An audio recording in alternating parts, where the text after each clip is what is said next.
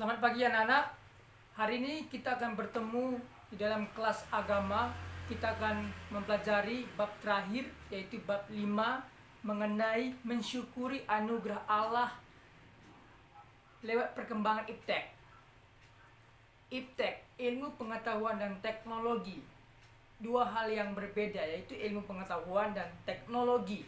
Ini dua hal yang berbeda. Kita akan belajari apa manfaatnya, apa dampak negatifnya, dan bagaimana cara menyikapinya secara iman Kristiani.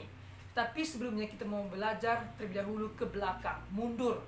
Sebelum kita menemukan iptek atau ilmu pengetahuan yang canggih seperti ini, dulu alat transportasi kita itu adalah kaki.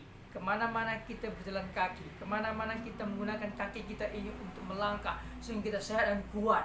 Tapi ketika permasalahan itu jarak makin jauh, akhirnya kita berpikir ada manusia yang pintar yang Tuhan sudah tunjuk dan pilih, memberikan pengetahuan sehingga berpikir, menemukan yang namanya sepeda, menemukan yang namanya sepeda motor, menemukan penemuan mobil dan sebagainya, mesin uap dan sebagainya, bahkan lampu yang kita gunakan ada orang yang menemukan.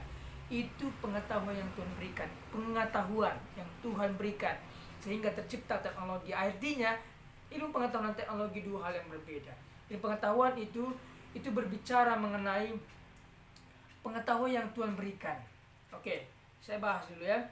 Ilmu pengetahuan adalah merupakan upaya pencarian pengetahuan yang dapat diuji dan diandalkan. Ilmu pengetahuan dapat diuji dan dapat diandalkan. Ketika diuji benar dan kita dapat gunakan dan andalkan. Ini pengetahuan yang dilakukan secara sistematis menurut tahap-tahap yang teratur dan berdasarkan prinsip-prinsip. Tahap-tahap yang teratur, prinsip-prinsip yang luar biasa, serta prosedur yang tertentu. Ya, prinsip-prinsip serta prosedur tertentu. Sedangkan teknologi adalah penerapan penemuan ilmiah. Ilmu pengetahuan itu merupakan penemuan, teknologi merupakan penerapannya yang ilmiah untuk memecahkan masalah-masalah praktis. Masalah praktis kita apa ya? Jalan kaki akhirnya ditemukan solusinya, ditemukan, dan yaitu teknologi, dan itu merupakan penerapannya. Oke ya, dua hal yang berbeda.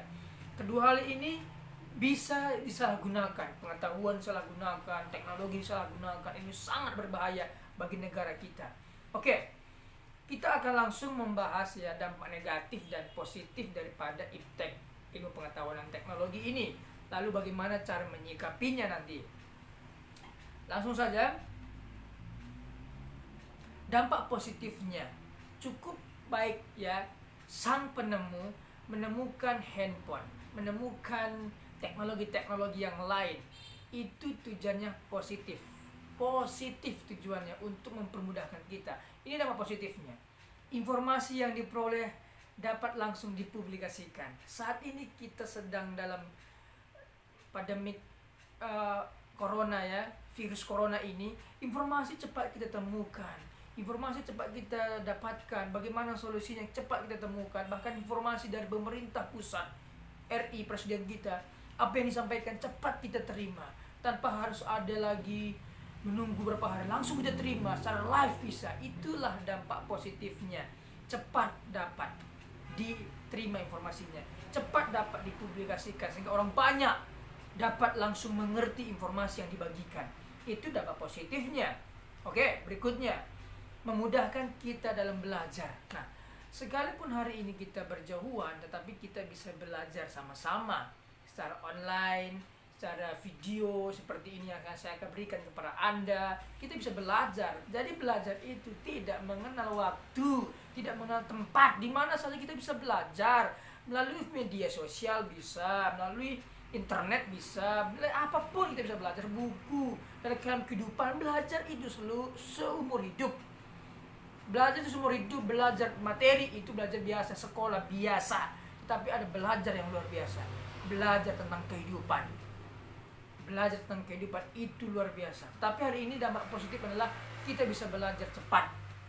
Meskipun kita nggak punya guru, tapi kita bisa belajar dari YouTube, tutorial, bahkan media-media yang ada. Artinya belajar itu cepat.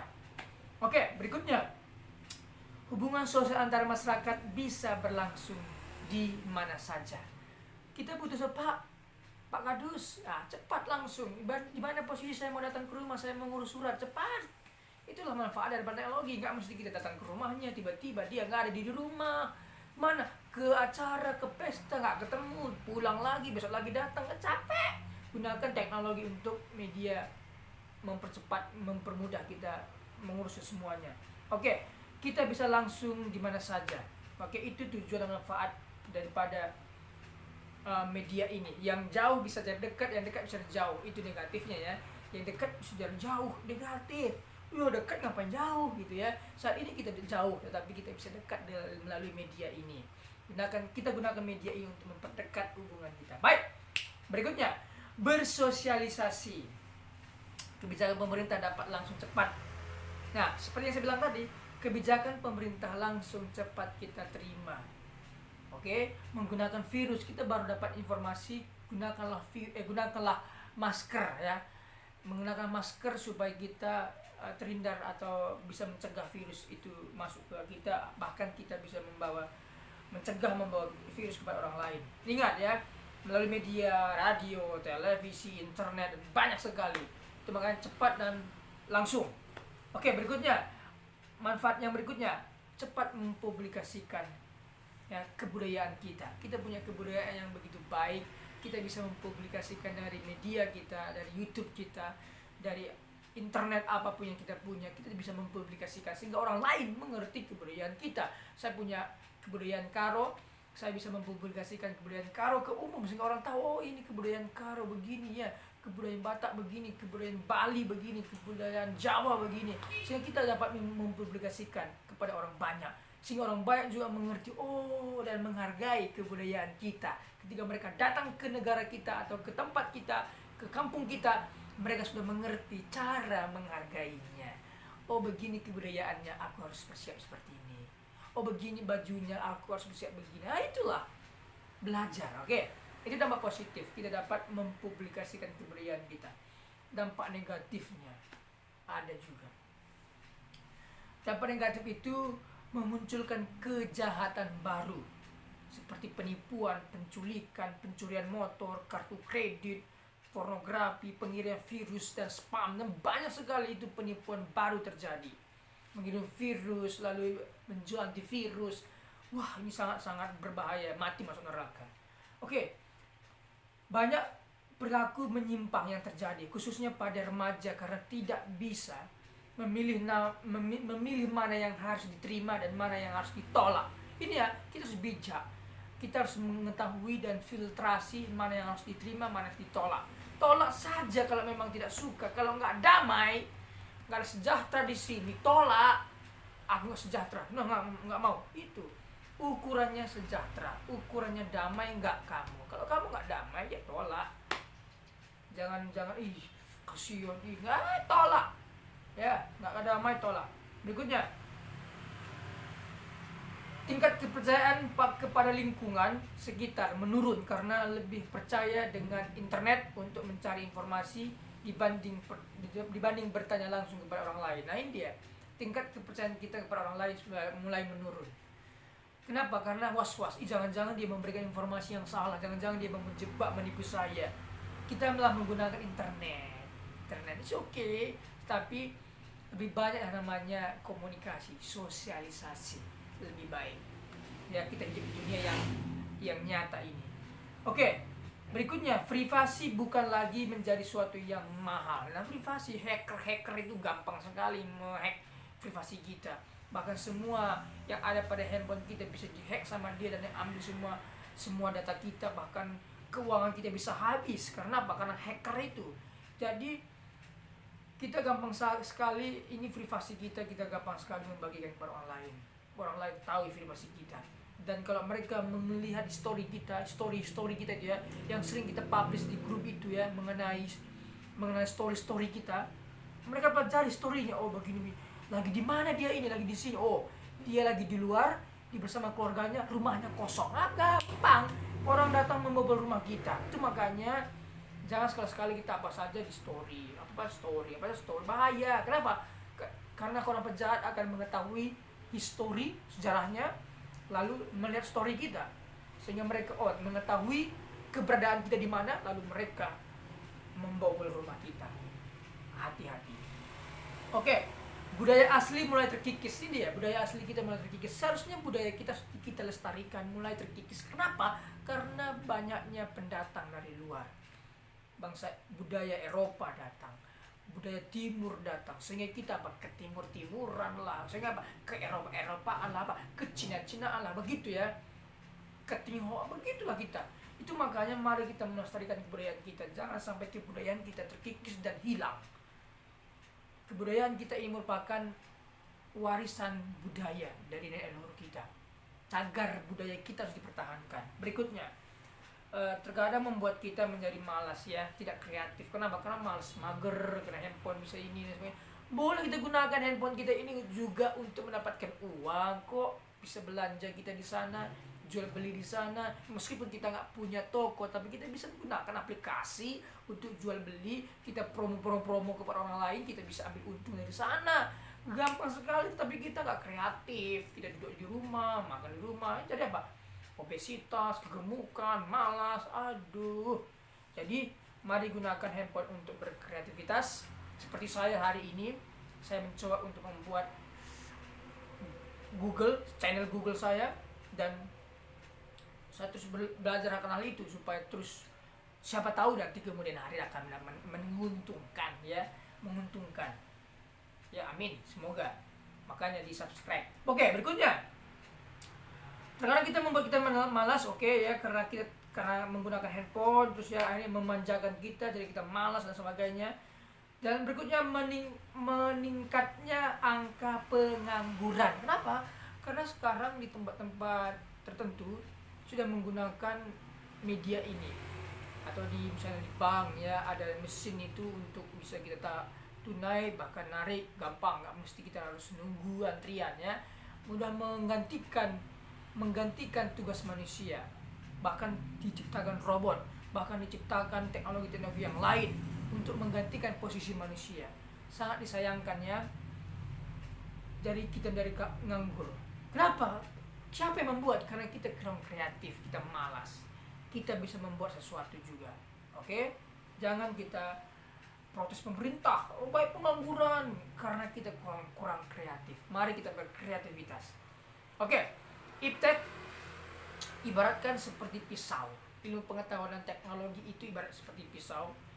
Kalau pisau itu tepat di tangan orang yang baik, tepat di tangan orang yang tepat, maka pisau itu akan digunakan dengan baik. Contohnya, pisau di tangan seorang koki atau seorang chef, maka dia akan gunakan pisau itu untuk memotong sayur, bahkan membuat makanan, menu baru dan sebagainya, menggunakan pisau itu dengan baik. Tetapi bagaimana jika pisau itu di tangan orang yang jahat? Pisau itu akan digunakan untuk membunuh, bahkan membunuh dirinya, bahkan membunuh semua orang dengan pisau itu. Itu makanya demikian juga handphone hari ini. Handphone diciptakan oleh penemu untuk fungsi yang baik, untuk tujuan yang baik.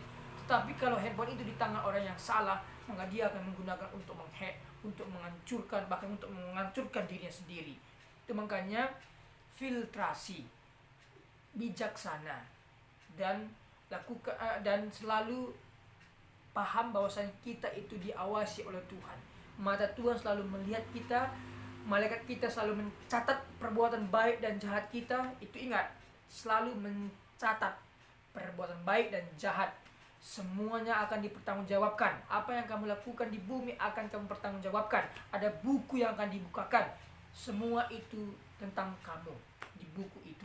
Jadi tidak ada alasan kamu untuk berbohong nanti. Itu makanya ingat ada Tuhan yang mengawasi. Ingat ada Tuhan yang selalu menyuruh malaikatnya untuk mencatat kebaikan dan kejahatanmu. Bahkan apa yang kamu lakukan harus kamu pertanggungjawabkan. Iptek ini digunakan untuk hal yang mulia. Oke, iptek, ilmu pengetahuan dan teknologi, harus diimbangi dengan imtak, iman, moral, dan takwa. Kalau orang mempunyai ilmu pengetahuan dan teknologi yang tinggi, bisa saja dia menjadi ateis, bisa saja dia menjadi tidak lihat Tuhan, tidak mengenal Tuhan karena pengetahuannya begitu baik, karena pengetahuannya begitu luar biasa. Bahkan ahli-ahli fisika, profesor fisika mengatakan tidak ada Tuhan. Karena dia sudah menemukan, meneliti semua penelitian-penelitian, dia menyimpulkan tidak ada Tuhan. Itu bisa terjadi, teman-teman. Itu bisa terjadi, anak-anak. Itu makanya jangan sampai kita mengikuti jejak orang seperti ini. Ingat, Tuhan yang menciptakan semuanya ini. Ini bagiannya, saya menjelaskan kepada Anda. Ilmu iptek diimbangi dengan intak, iman, moral, dan takwa. Iman harus punya, moral harus baik, dan takwa, takut kepada Tuhan yang Maha Esa, atau apa? Menjauhi larangannya dan mengikuti perintahnya. Ini saya sampaikan bagaimana sikap kita menghadapi iptek ini. Jauh sebelum itu, ingat ya, Tuhan tidak pernah menolak namanya iptek, tidak pernah menolak, tapi dia menerima iptek itu. Oke? Ini dia ayatnya. Amsal 1 ayat 5. Baiklah orang yang bijak mendengar dan menambah ilmu.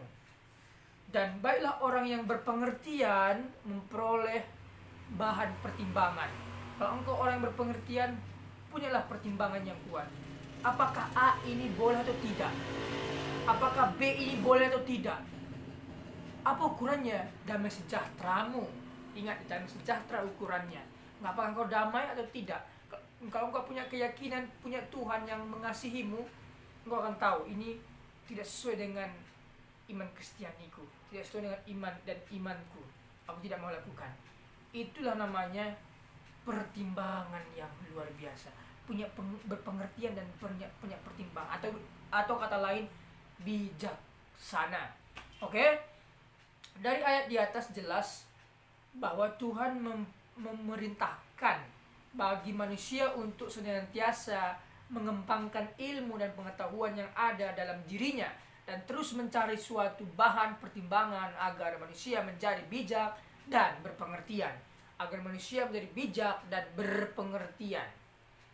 Punya pertimbangan. Kalau engkau nanti seorang pemimpin yang tidak punya pengertian dan tidak bijak dan tidak punya pertimbangan, maka hancurlah kepemimpinanmu. Itu yang diperlukan oleh seorang pemimpin. Dia bijaksana, dia punya pengertian dan pertimbangan yang baik dan benar. Oke, jauh sebelum itu di Kejadian 1 ya, ayat 27, 28, kita tahu bahwasanya diberi Tuhanlah mandat kepada manusia Adam dan Hawa. Kepada Adam diberikan Tuhan ilmu pengetahuan yang luar biasa. Apa itu? Ilmu pengetahuan untuk memberikan semua nama-nama hewan yang ada di Taman Eden. Nama harimau, nama tikus, nama semut. Siapa yang memberi nama? Adam. Diberikan Tuhan pengetahuan yang luar biasa. Luar biasa pengetahuan itu. Tetapi apa yang terjadi? Kalau pengetahuan yang Tuhan berikan ini engkau salah gunakan, atau iblis yang sudah mengambil alih, maka berbahaya.